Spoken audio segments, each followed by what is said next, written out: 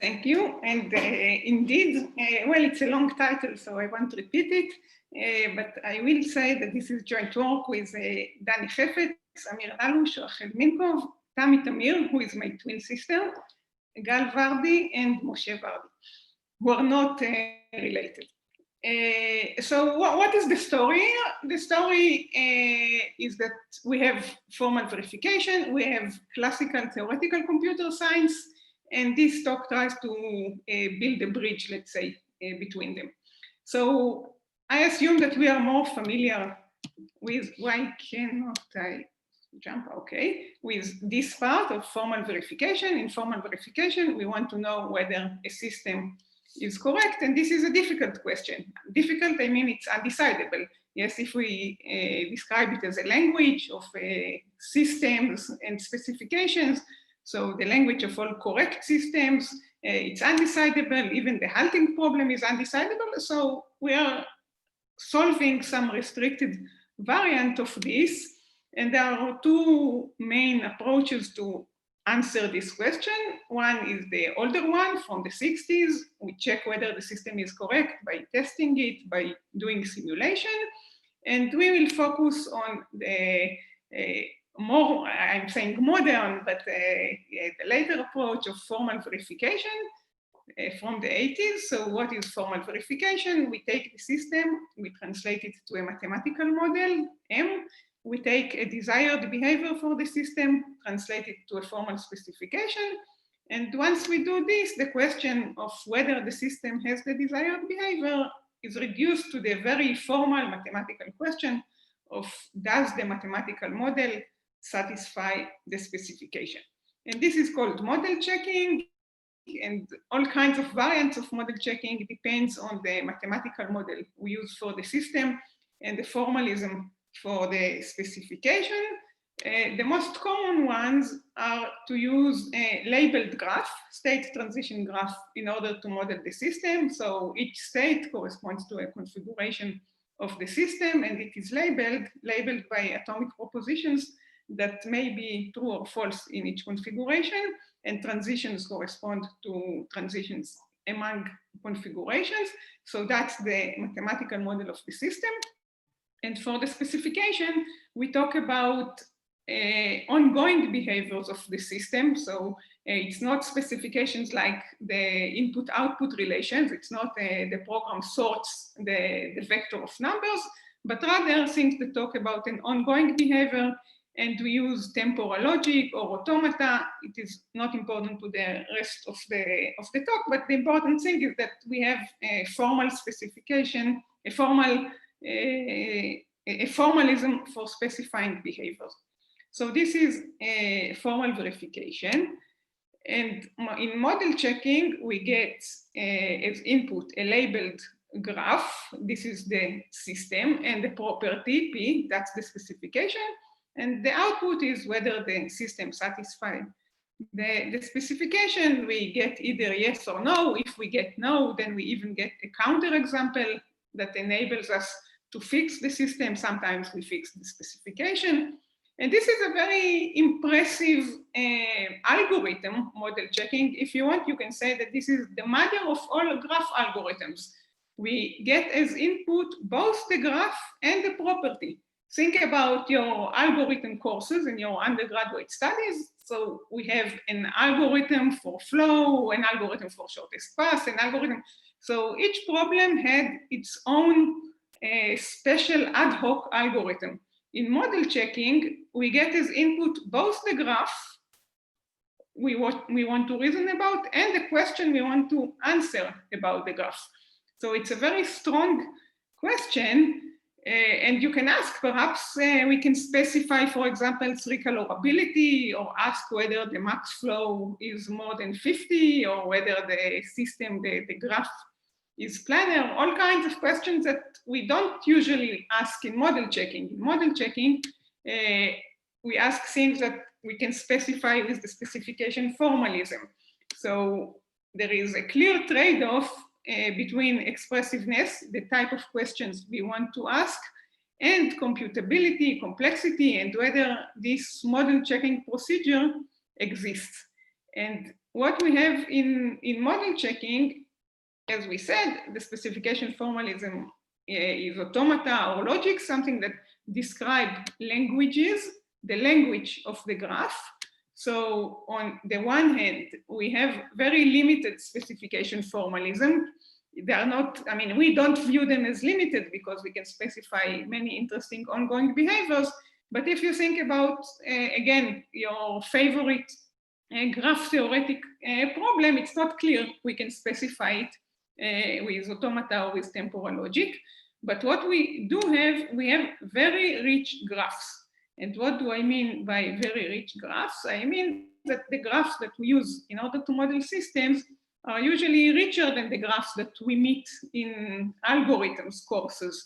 They are labeled. Yeah, we said that each vertex is a configuration, so it is labeled by something. They are huge, and their size is a major issue. We will talk about it. They have an internal structure, and sometimes it's a game board. So let's quickly say something about all these things.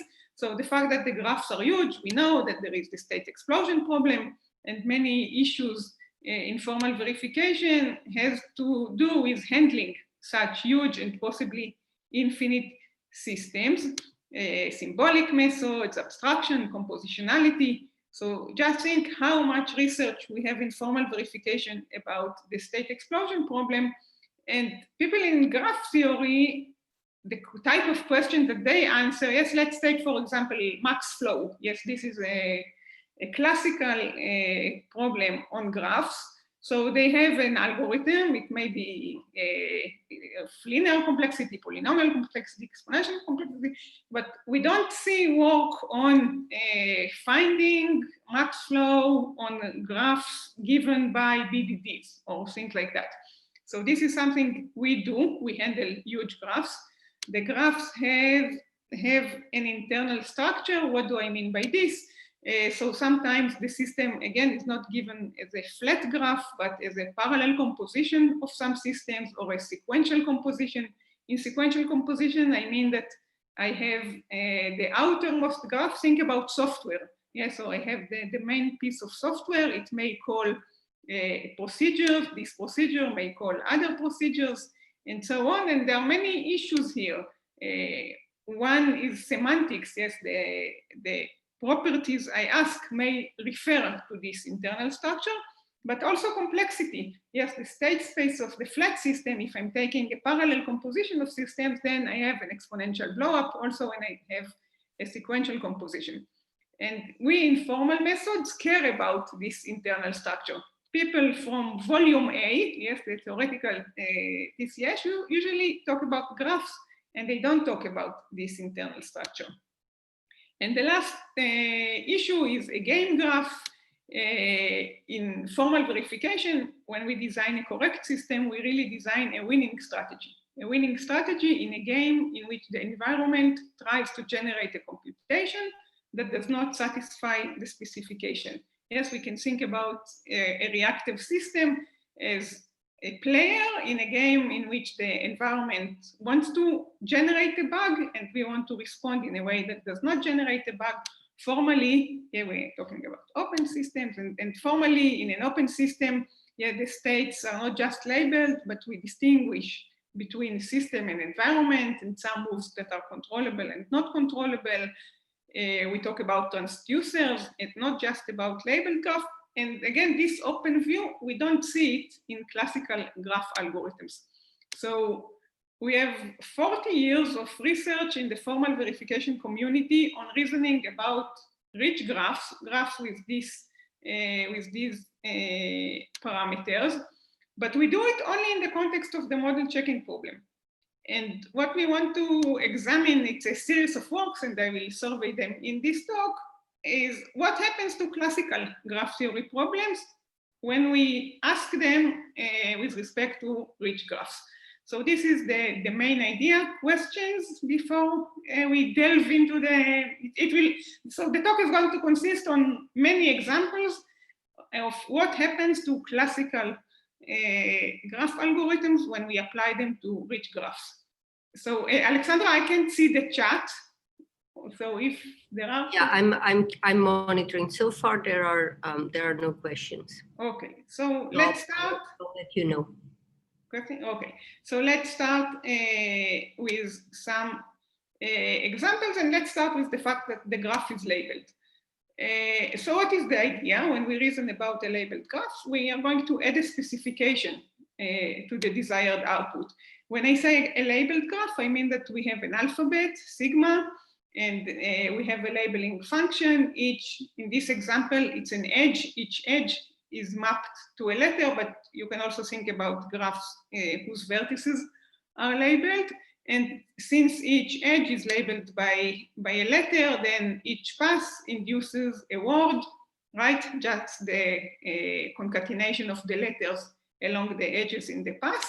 And whenever we have a problem, we are going to add a specification, L, and the problem is going to refer to pass that satisfy the specification, and the pass phi satisfies the specification L, if and only if it is labeled by a word in the language. Example, shortest pass. Sorry, Orna, there's a question. Yes.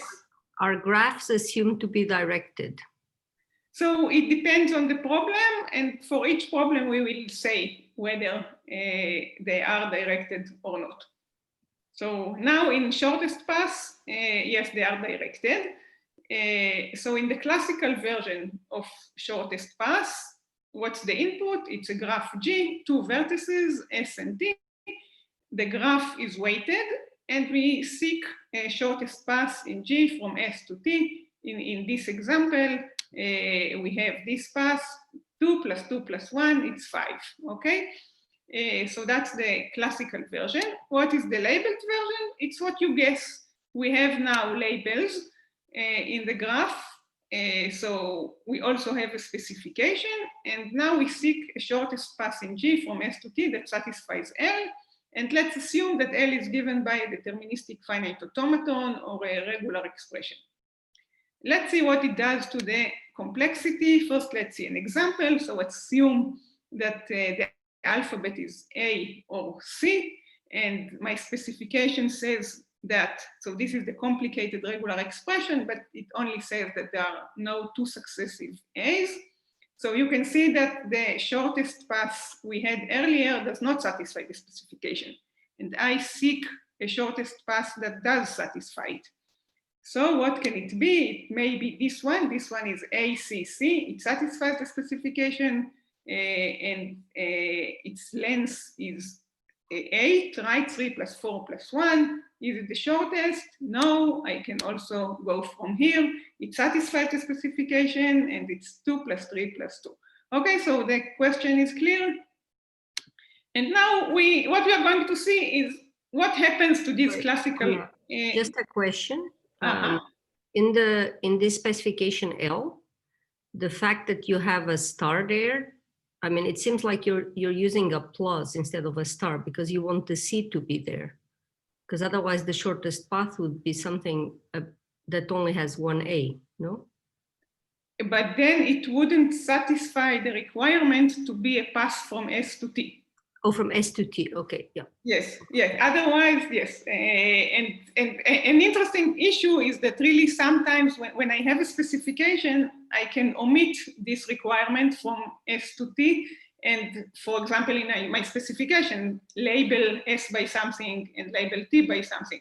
So it's a very intuitive to assume that indeed I don't have S and T, but in this variant, we do also have S and T, and the specification just says that we don't see 2 successive A's. So S is vertex labeled by C? In this example, yes. It's labeled by H. Okay, thanks.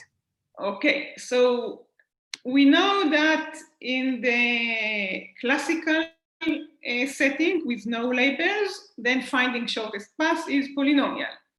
And let's see what happens to the complexity in the labeled version. And one important thing is to know that once we move to this labeled variant, we actually have 2 parameters. One parameter is the graph, but another parameter is the specification L, or if it is given by an automaton, the size of the automaton, if it is given by a regular expression. Yes, so whenever we are going to analyze complexity, we remember that we have two parameters. So what's your guess? Does it stay polynomial? Yes, finding shortest path, that satisfies specification. You can unmute yourself. Yes. I think it does. You can Right. go to the product structure. So how are we going to solve it? Product of the automaton and the graph. Easy, easy. Polynomial. We find the shortest path from S and the initial state of the automaton to T and an accepting state of the automaton in this product. Okay, and it is not hard to see that the product with the automaton only label the path and ensures that it is going to be an accepting. So that was just an example to see what we are after. But there are many interesting issues to note. One is that first there is ample motivation for this. Yes, regular path queries. So this is not a new contribution. Transportation planning, web searching, they all correspond to such labeled shortest path. And also there are less easy cases. Yes, if my graph has both negative and positive weights, it is more complicated. If the language is given by a context-free grammar, what if we restrict attention to simple paths? Yes, note that in the usual reachability, yes, ST connectivity, it's clear that I can use simple paths. In our case of a labeled graph, I may have to traverse a loop, for example, in order to satisfy the specification. So the question of is there a correct, I'm saying correct to mean that it satisfies the specification, a correct path, this path need not be simple. If I restrict myself to a simple path, the problem becomes NP complete. And I can ask questions also about network routing, which is more difficult. So that was our first example. Second example, and this is already a new contribution. So we talk about maximal flow. So what's the classical version? We have a network. So in a network, each edge has a capacity. Again, we have a source and the target, and we want a maximal flow from the source to the target. And I assume you remember what it is. Yes, whenever so the numbers here on the left show a legal flow, 3 units enter here, 3 continue, 0 go down here. Okay, you remember what max flow is. What is the labeled version? So in the labeled version, we have the network, source and target, but also a specification. And we want a maximal flow, but flow may travel only along routes that satisfy the specification. So for example, if this is my network and my specification asks the flow to travel only on routes that are labeled by A, B, or by CB, then the max flow is only one. Yes, because if I route A, B here, then B is already saturated and I cannot add another one here. Yes, okay, so this is a simple example, but I hope you see the difference between usual max flow. Yes, the usual max flow, the classical max flow in this example is 2. This is also the minimal cut. But if I allow myself to route only on such on paths labeled by A, B, or CB, then the max flow becomes 1. What's the complexity? So in the classical, so this is again the stage where you are encouraged to open your mic, to unmute yourself and guess whether the complexity stays polynomial. Yes, I hope the question is clear. We want max flow, but we can route only along paths that satisfy the specification. So what's the complexity? So it turns out to be hard, even APX hard, which means that even constant approximation is NP hard. There is a reduction from a 3-dimension matching. I'm not going to go over it, but this is an example how taking a classical polynomial problem from classical theoretical computer science and adding a specification to it, the problem becomes hard. Last example in this labeled story, the very simple pass of an Eulerian pass. So in the classical version, yes, we have a graph G, and we want to know whether it is Eulerian, whether there is, let's say, a circle, but it can also be with a source and target. But let's talk about a circle. Is there a circle that traverses each edge exactly once? So this is the classical version. In the labeled version, we label the graph by letters, we have a specification, and we ask whether there is an Eulerian pass circle that satisfies the specification. And again, let's consider the specification no two successive A's, and we can see whether we have an Eulerian cycle here that satisfies the specification, but it is more interesting to think about the general problem. So in the classical version, you know, it's linear, and this is even rumored to be the first algorithm ever from the 17th century. And it is linear because we can check whether all the degrees are even. What do you think about the labeled version?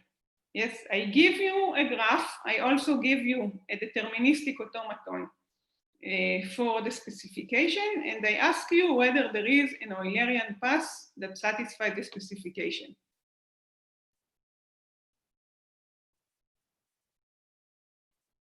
Yes, perhaps we can do something with degrees in the product, but this is I want you to say yes, because the answer is no.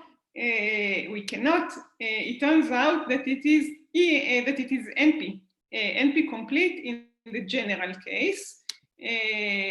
Reduction from Hamiltonian pass. Yes, so let's do it quickly. Here is a graph. I want to know whether it has a Hamiltonian pass. Hamiltonian pass, yes, I want a pass that visits each vertex exactly once. And I'm going to view H as my specification.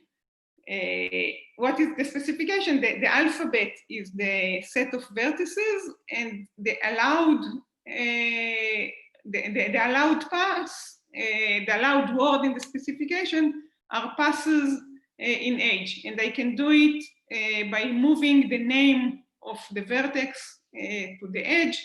Yes, so I'm getting an automaton that accepts a word if and only if it is a pass in H, in the graph where I want to know whether it has a Hamiltonian pass. And the graph itself, the one in which I'm asking whether it has an Eulerian pass, it will just be such a flower with one edge for each vertex. And you should agree that an Eulerian pass in this graph G is just a permutation of V, right? Because if I can traverse each edge exactly once, then the order of traversal induces a permutation of V. And therefore, an Eulerian pass in G that satisfies the specification, if I have an Eulerian pass here, then I have a pass of length V that traverses each edge exactly once. So it is it exists if and only if there is a Hamiltonian pass in H. So never mind if you lost me, that the bottom line is that the question, the problem is NP complete. But now, so another example where a classical problem is linear, but once we add the specification, it becomes hard. Now we can ask many questions. What happens, for example, if the specification is of a fixed size? Here in the reduction, the specification was the graph itself. What if the specification is a regular expression of some fixed size? So I will do it quickly. The answer is that there are cases where we have a polynomial algorithm. There are cases where we do not. Here is an interesting special case. an Eulerian path with an order restriction. What's this problem? And this is a classical problem in graph theory. And just to say something, we are the volume B people. Yes, if we go to Fox and Stock, they look at us as if we are doing class B research. One of the goals of this talk is to show them that in formal verification we do clever things. And this problem, for example, an Eulerian path with an order restriction, this is considered a very highly open problem by the volume A people. What is this problem? We are given a graph G, we have an order on a subset of the edges. Yes, so we say that we want E1 to be before E2 and so on. And we want to know whether there is an Eulerian path that respects the order. The status of this problem, so first see that if K, the number of edges that we restrict, is fixed, then we can specify it with a fixed specification. Yes, we will say sigma star E1, sigma star E2, and so on. So it is known that when K equals 2, if we have only 2 edges, we care about their order, we can solve the Eulerian path problem in polynomial time. K greater than 2, it is open. So it's quite clear that if we solve our problem, then we are going to solve many such special cases, in particular this one. And we do have some interesting results, all kinds of restricted regular expressions of a fixed length for which we were able to find a polynomial algorithm. And we also related it to the labeled Chinese postman problem, which is the optimization problem, related optimization problems. We want to minimize the number of edges we visit more than once.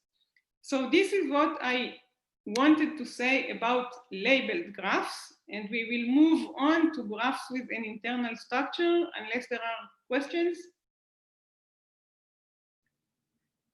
I have a quick question. I don't think, I mean, I let other people, if you have questions, just raise your hand or write in the chat while I ask my question.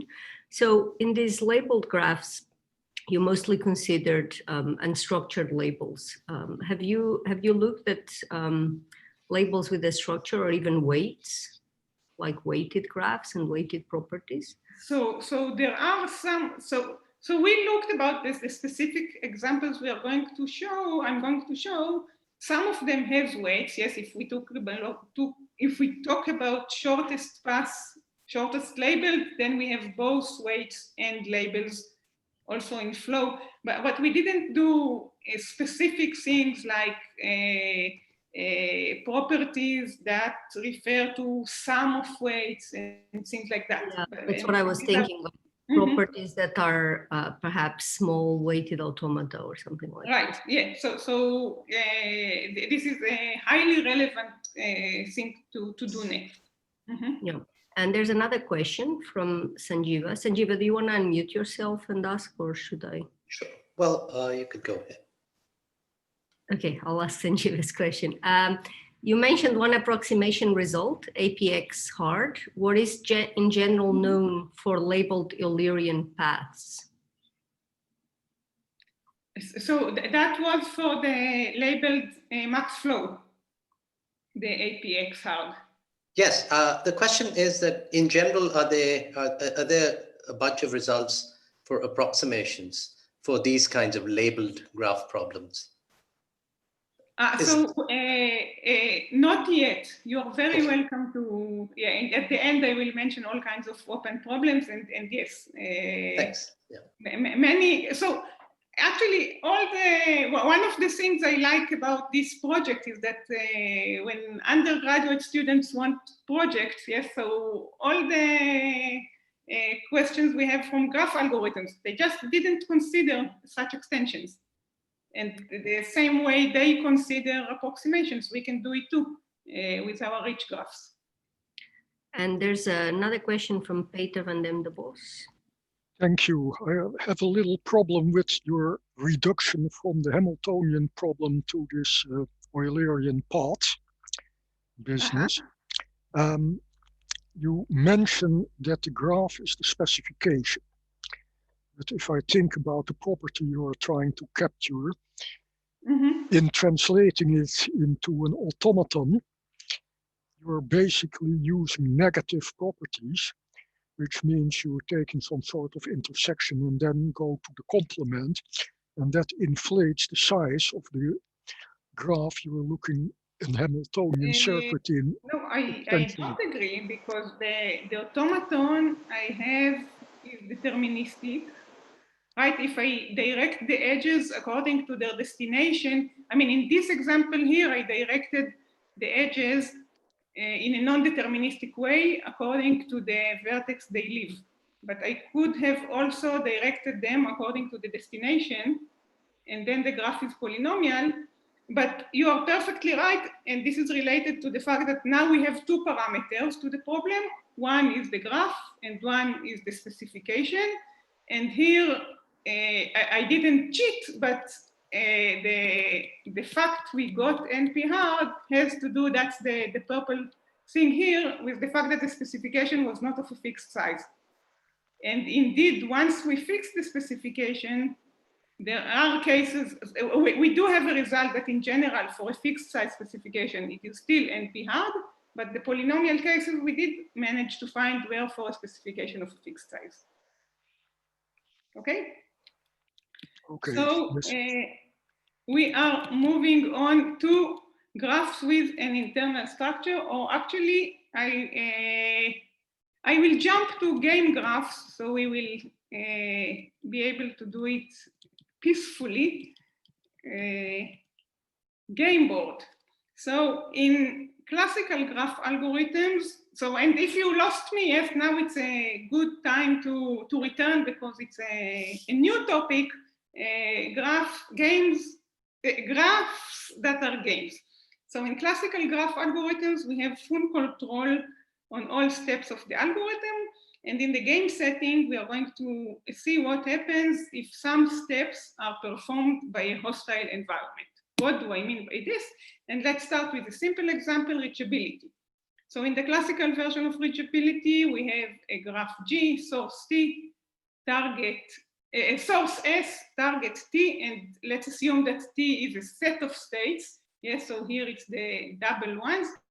And we want to know whether there is a path from S to T. The game version, also known as alternating reachability, we don't have just a graph, but now it is an and/or graph. So some of the vertices are and vertices. They belong to the environment. Some of the vertices are or vertices. They belong to us, to the algorithm. And we want to know whether the or player has a strategy to reach T from S in G, no matter how the end player proceeds. So imagine there is a token, we put the token on S, and whenever we are in a vertex, if it's an end vertex, the end player decides where to take it, and if it's an OR vertex, then the OR player, us, decide where to take it. And we want to know whether we have a strategy to reach T from S in G. And the strategy is really something that determines the successor in OR vertices. I'm talking here about memoryless strategies, but never mind. Yes, here is an example to a losing strategy. It's a losing strategy because the end player will take the token here, and we will take it here, and the end player will stay here forever. Yes, so the end player will loop here.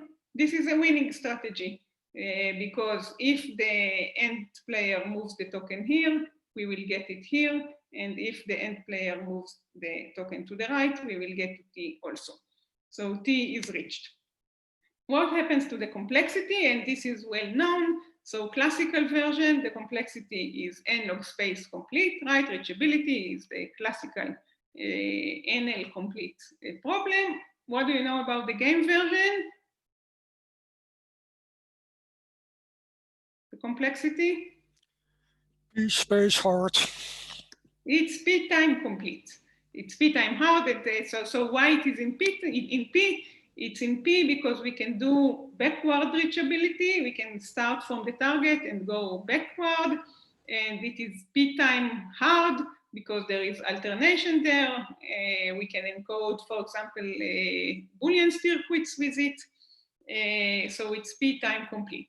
So this is an example of how we took a problem that talks about plane graphs, added a partition of the vertices to end and or, and got a game. And the complexity, we paid something in the complexity. So this is one example, a very related example. So example 1.5 is very similar, but now we want a shortest path. I'm not going to talk much about it. I'm going to talk about new results. So a new result is the min and max spanning tree. What's going on here? So we took the very classical problem, at least in my university, we teach it before shortest path and things like that. So what is this problem? We have a weighted graph, and we want to output or the minimal or the maximum spanning tree. So it's a tree that touches all the vertices in the graph, and it's a tree, so there are no cycles. I assume you all know, right? Minimum spanning tree. Minimum means that the weights are of minimal sum.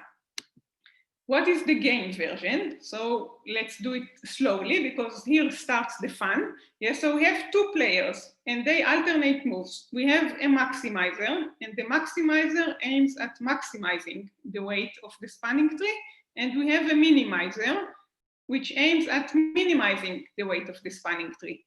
And they alternate moves. Yes, so let's say that min starts, it picks an edge, then max starts, picks an edge, min picks an edge, and so on and so forth, until when? Until we know exactly when, yes, because we know that since it's a tree, then if we have v vertices, then after v minus 1 rounds, we will get a spanning tree. Yes, the players are not allowed to close a cycle.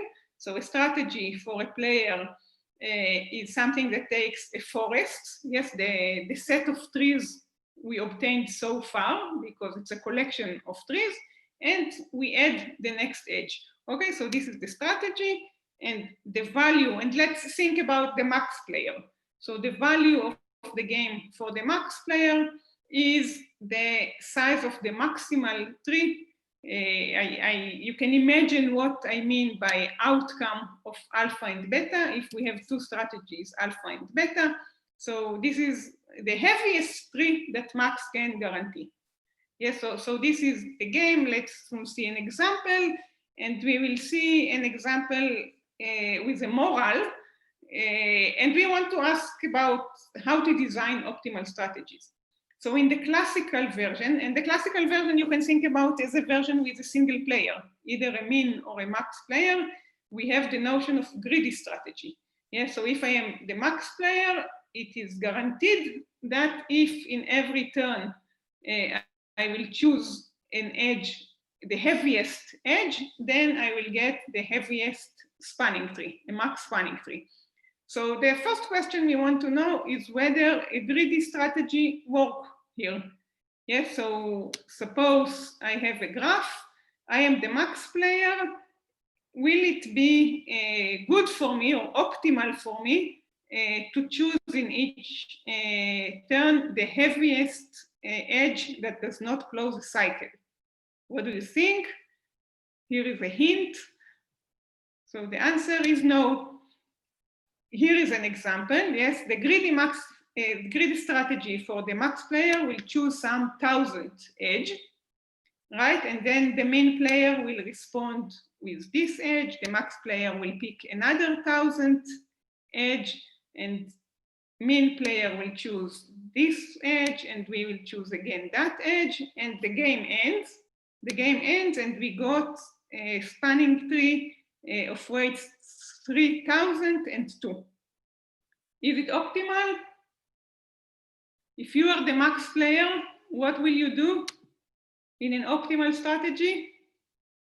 You will start by choosing this edge, the 999, right? Because what you want to somehow prevent the min player from choosing the 2-1 edges. And indeed, if max starts here, then min will pick one edge here, but later mean we'll have to pick the 1000th edge, and we will get a spanning tree of 4000. Okay, so the answer, does a greedy strategy work, is no. This is interesting because for the classical problem, yes, all the theory of metroids and things, it is based on the greedy algorithm. Once we move to a game, we no longer want greedy strategies. And you can see that the optimal strategy we got here gave us the maximal spanning tree. Will this always happen? I mean, is it true that Max always has a strategy that will reach the maximal spanning tree? No. We can only show that, first, for a greedy strategy to approximate the maximal spanning tree. This is actually not too difficult because the value of a greedy strategy is at most half of the value of the maximal spanning tree, since the greedy strategy chooses at least half of the heaviest edges in the maximal spanning tree. But I may collect only half of them. Here is an example. The max spanning tree is 2, but the greedy, and not only the greedy, any strategy will give me only 1. And the value, yes, I cannot get more than 1. Here is a nicer example. Soon we will see why it is nicer. Here is a graph. Yes, if I go with the greedy algorithm, first, so we have an edge that weights 1, 1 plus epsilon, and 0. The maximal spanning tree has cost 2. The greedy algorithm will choose this edge, and then the min player will choose 0. And when I mean a nicer question is that what I want to see is not how the greedy algorithm, the greedy strategy performs with respect to the maximal spanning tree, but how well it performs with respect to an optimal strategy. And here we were able to prove that the greedy strategy 1.5 plus O of 1 approximates an optimal strategy. And this is after normalizing the weights. So I'm not going through the details here because I want to reach the last problem. And here we will get into more technical details. And these are games on flow graphs. So again, if you lost me, time to come back. We are starting a new example of how we took a classical problem in graph algorithms, the problem of max flow, and added games to it. So here is a flow network. This is the source, this is the target. We have capacities on the edges. What's the max flow I can route from S to T?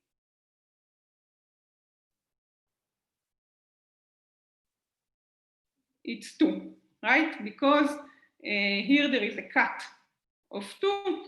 And I can have a max flow of 2 if I route 1 here and 1 here. So that's the classical flow networks. I can get a max flow of 2 also if I route 2 up here and then 1 down and 1 here and 1 here. Okay, so this is classical version. In the game flow, in flow games, we are going to have 2 new things. One is sinks.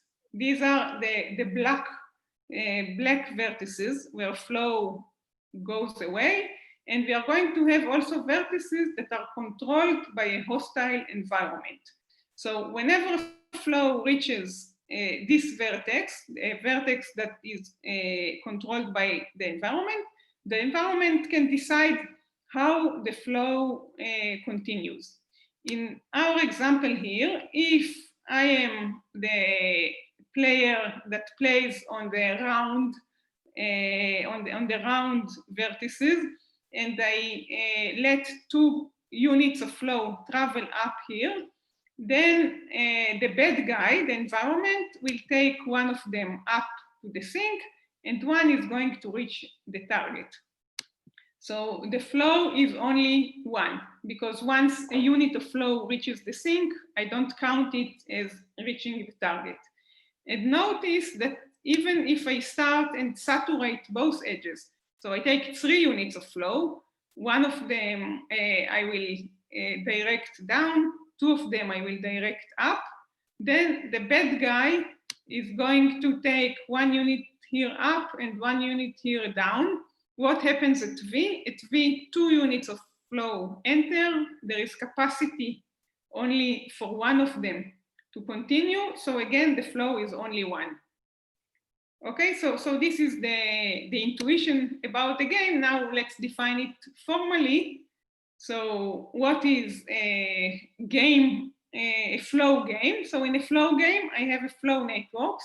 Some of the vertices are controlled by the maximizer, by us. We are the authority. We want to maximize the flow.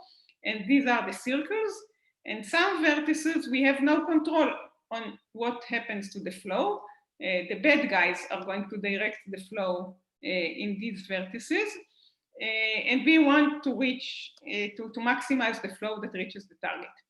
So a policy for the source is some function that, so this is ES, this is our notation to edges that leave the source, edges that leave S.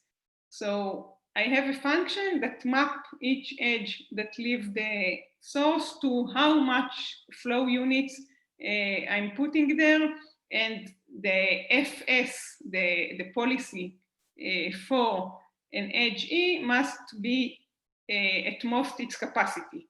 Yeah, so and it is very clear that in an optimal strategy, I can saturate all the edges that leave the source. What is a policy for a vertex that is not the source? Again, it's a function that tells me, but now it's a function that says if X unit enters U, then this is how you are going to divide them among the edges that leave U. Yes, so Fu of X, for every value X, every natural X, which stands for the amount of flow that enters U, and an edge E that is leaving U, I need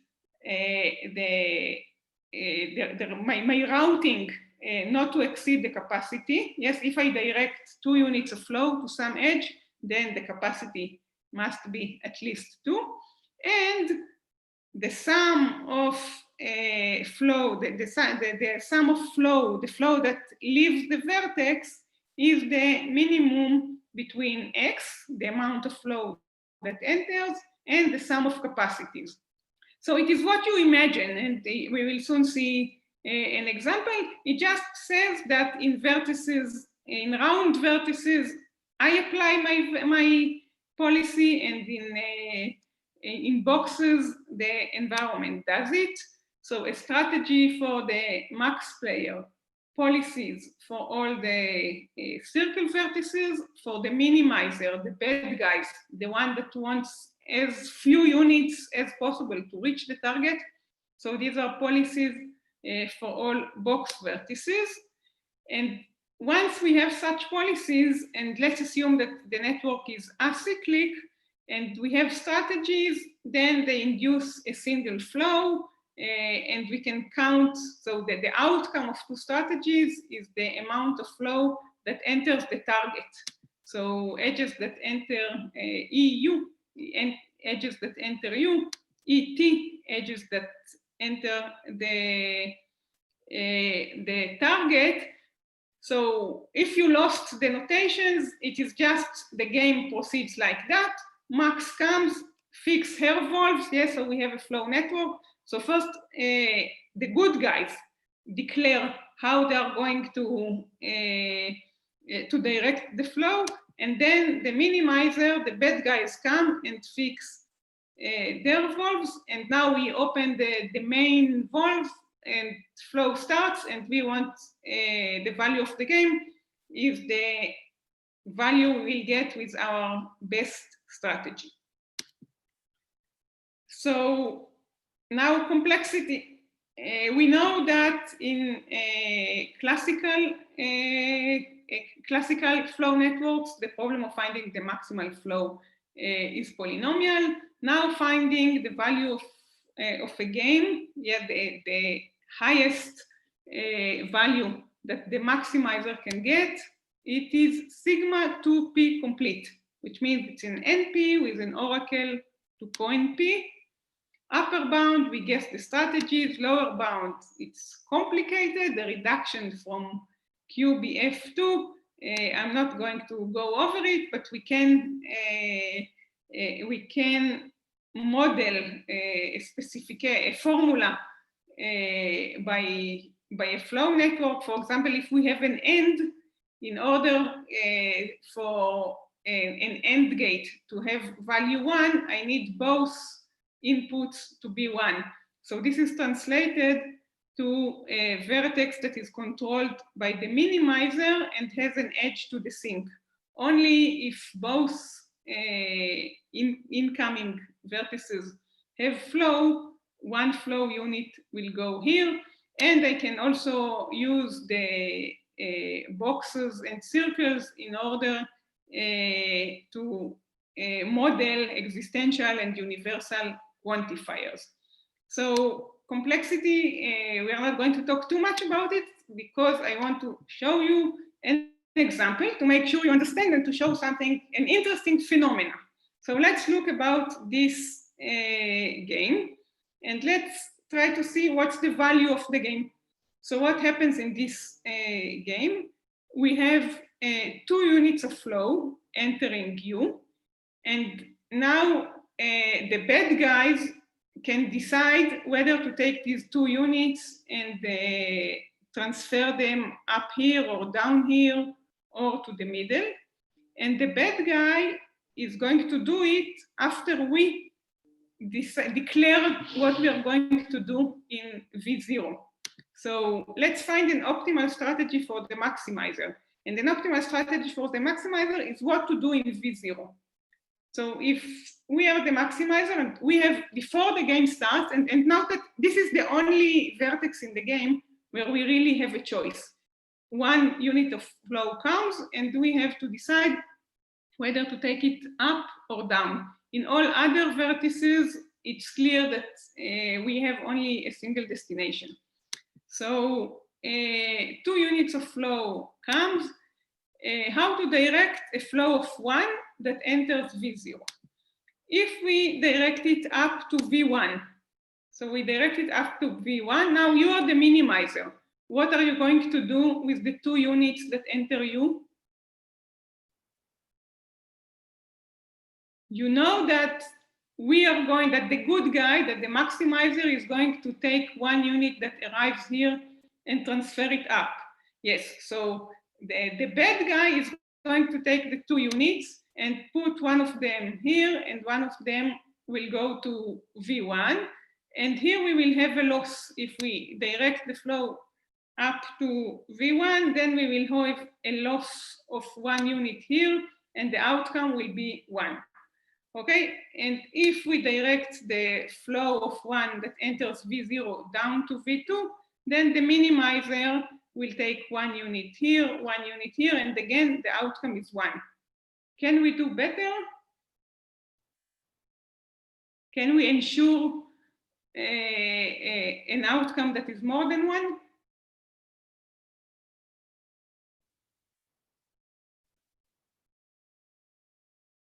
David, you are talking or you are muted? Well, we could split the flow.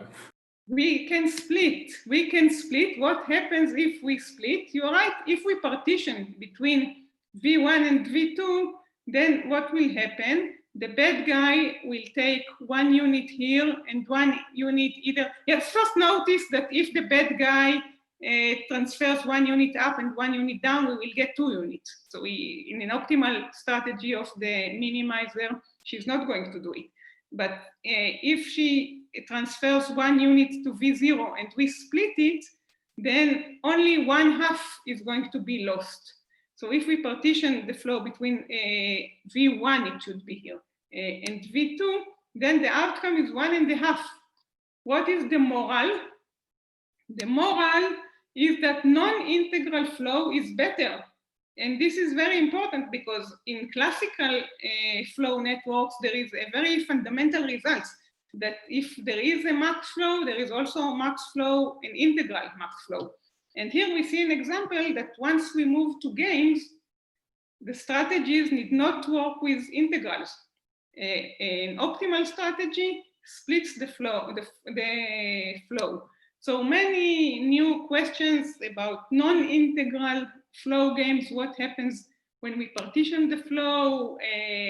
In fact, it is not decidable. At least, I mean, we don't know whether it is decidable, finding the maximal flow once we allow non-integral flows, approximations of it, all kinds of questions of how much we lose by working with integers.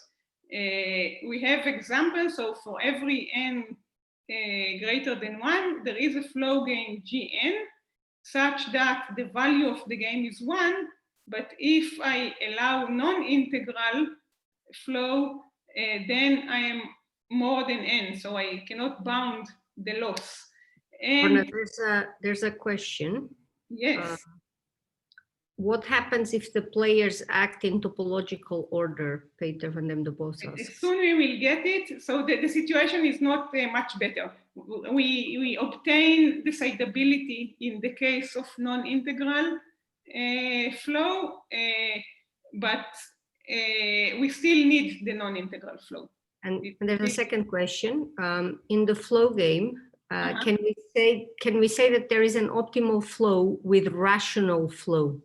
So it's related. So here there is a sequence of many open problems. I will mention this, yes. So breaking to, so again, a theorem. So for every n+1, there is a flow game Gn such that if I break the flow to, there is a question about the granularity. Yeah, it is very tempting to think that if I break to halves and I get nothing, then I cannot get by breaking to thirds or quarters. But no, for every n, there is a flow game Gn such that, and the thing that is written here, breaking to 1/n gives us nothing, but breaking to 1/n+1 is perfect. I mean, this is exactly what I need. And we don't know about granularity exponential in G. We don't know whether it is rational. Who knows, perhaps breaking to square root of 2 will be optimal. We don't know. And there are all kinds of strange behaviors, like optimal strategies that are not monotone, in the sense that if I increase the incoming flow, it decreases the outgoing flow in some edges in these strategies. So many open problems. I should finish. Another question by David. So how much time do I have? Yeah, I was going to say, and you should be wrapping up because we're coming to the end of the hour. But David has a question, so I'll let him ask the question and then maybe we can wrap up. Yes, the question is it true that if you allow non-integral flow, then it doesn't matter in which order the choices are made? If I allow what? So if you allow non-integral flow, so your example was one where if you only allow integral flow, it matters who chooses first, which settings to have. But then if you allowed non-integral flow, it didn't. Is that true always? So I still didn't understand. If I allow non-integral flow, then is it true that it doesn't matter who chooses first?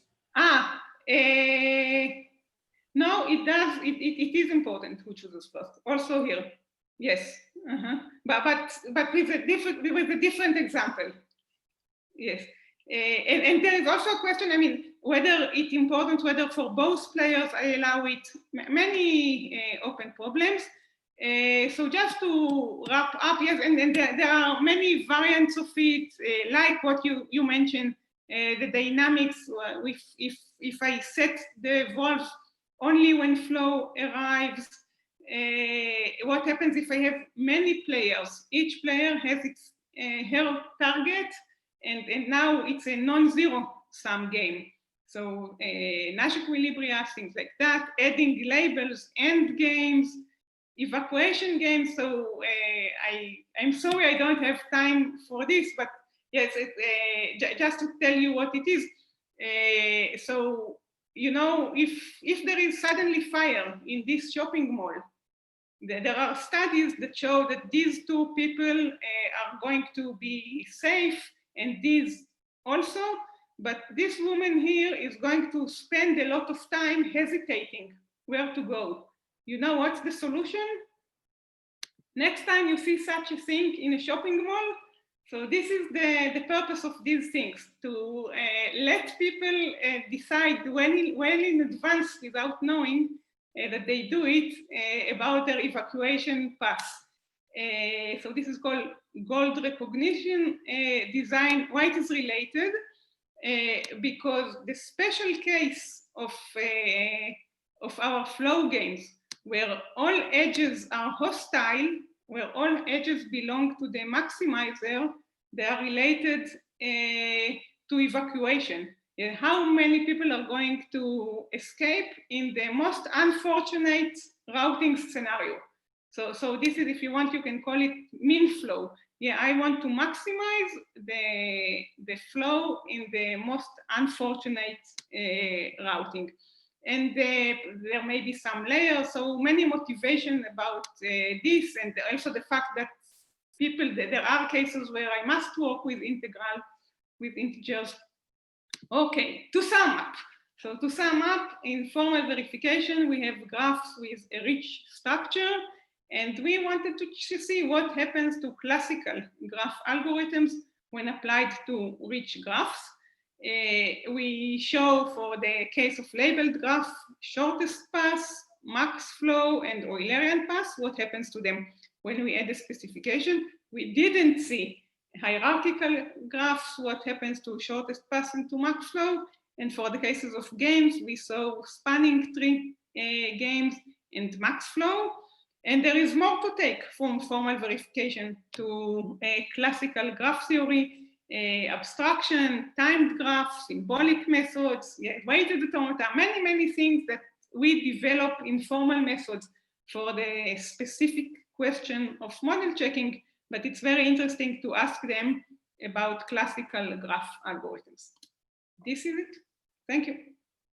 Okay, thank you very much, Orna. I'm gonna unmute everyone so that we can thank Orna.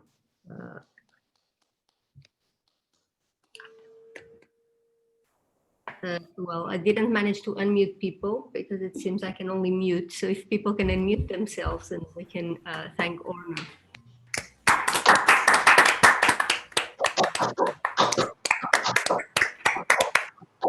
Okay, so thank you very much, Orna. There's already a couple of questions on the chat, but I encourage people now to raise their hands if they want to ask questions, and they can ask them with, they can ask them themselves. If there's one question on the chat, I'll ask to get kick-started.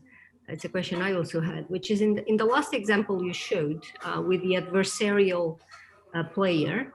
Can you also introduce probability? So can you have a strategy of flipping a coin in the example? It's an excellent question. Yes. So the whole issue of these game flow games, yeah, we are only starting, and you're very welcome to grab it and continue to. And in a sense, the probability addresses the non-integral flow. Yes, because if I continue with the whole units but flip a coin, then it's like sending the expected value for each direction. So yes, we are looking at it, still with no results to report, but this is something that would be interesting to see. Yeah, thanks, Orna. That was a question from Mike. Let me just quickly look at the participant list in the chat.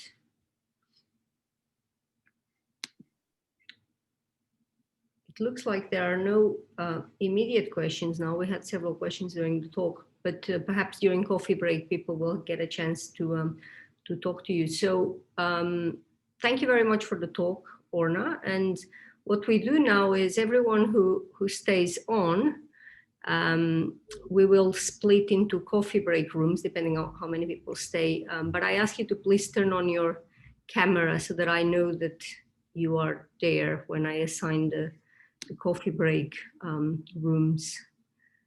So people with the camera off, I'm going to assume that perhaps you've walked away. Let's see how many people we have left.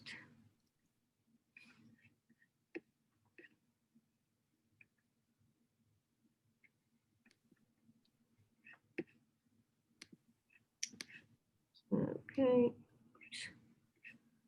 Let me see if I can do this.